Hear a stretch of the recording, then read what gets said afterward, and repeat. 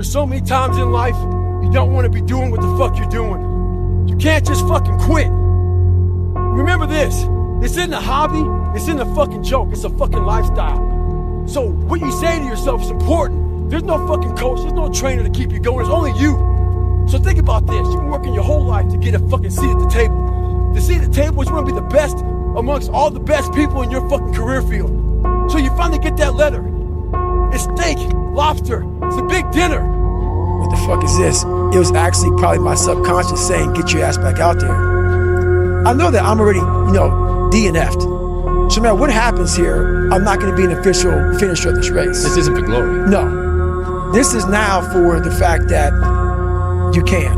So either you can sit here and not and think about that for a whole year until you come back here and do this, or you can go out there for yourself and take some kind of pride in knowing that you could and you did. 2 steps. You got to answer that question after you take the first step.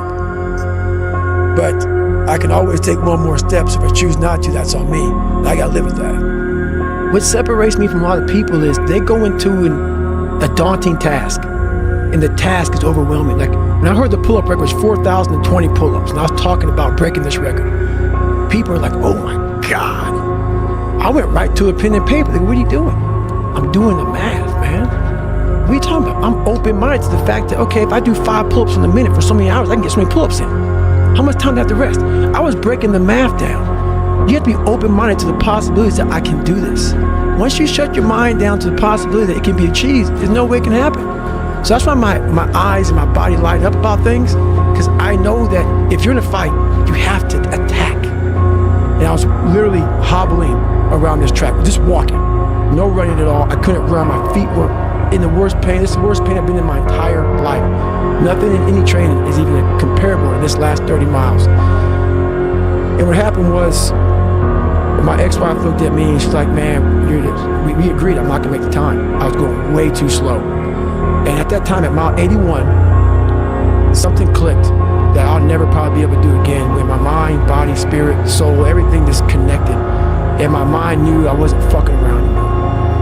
It knew I wasn't gonna quit. It knew that guy was dead and buried and gone. And I was gonna die out here on this fucking well mount for whatever reason why. I was gonna get through this motherfucker back in the daggone fire, and I just beat it harder. And I beat it harder. Before I knew it, I started realizing, all right, man, the brain is starting to get hard. The brain is starting to get hard. I'm no longer a theorist, I'm now a practitioner. I put it in hell, I dissected it while it's in hell, because you can't dissect anything in a normal environment. You can't dissect anything in 72-degree weather. You must put it in the fucking freezer and freeze the fuck out of it. And then you dissect it. Dissect it when it's miserable. Dissect the brain when all it's thinking about is, I need to get out of here, man. I want to get out of the fucking freezer. Open the door. And you said, nah, 5 more seconds, man. 5 more seconds in the freezer. And that's when you start to pick that brain apart. And that's what all this stuff did to me. I kept on putting myself back into the freezer or the fire and beating the shit out of myself, mentally and physically. Before I knew it, this is what happened. Hell Week's 130 hours. And 130 hours is a lot of seconds. A lot of fucking seconds. And if you lose, let's say you win every second but one, you lost. It only takes 1 second for you to lose the whole thing. You're in a situation where life is sucking. Think rationally. You're thinking about fight or flight, save yourself. That's not a rational thought. It's not a thought that's gonna get you through hard times. Most people fail that 1 second. So what happens, what I do in that 1 second, and there's a bigger process to all this, but in that 1 second, so I physically stay in the water, but mentally, I'm on the fucking beach with the fucking instructors. And the instructors, it's cold outside, so they got these parkers on. They got their cup of fucking Joe, and they're warm because they've already been through it. So now it's your turn to go through it. So mentally, I get back with them. I'm still in the water physically, but mentally, I'm back with them. I'm chilling. I got my parker on, and now I'm thinking logically because I'm warm now. Mentally, I'm warm. I've taken that 1 second. Let's not quit yet, guys. Let's fucking think about your options. where are you going to end up if you quit this shit? Where are you going to go? What are you going to say to yourself? Because you know you're going to get warm. The second you get out of this water, you can take a shower and you can be warm. And in 5 days you can be out. So I start thinking logically. I calm my brain down because your brain just wants to get the fuck out. Ring the bell, put your helmet down, get warm, and then you're really fucked. And these are the things you have to think about the 1 second decision.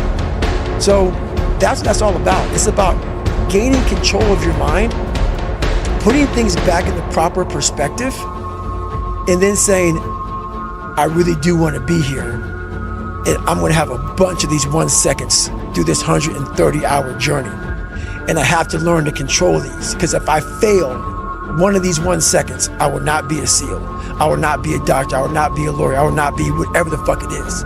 So that's how important that 1 second decision is. It's all about your mind takes control of you. You have to say, fuck you. I run this motherfucker. And that's what that's all about.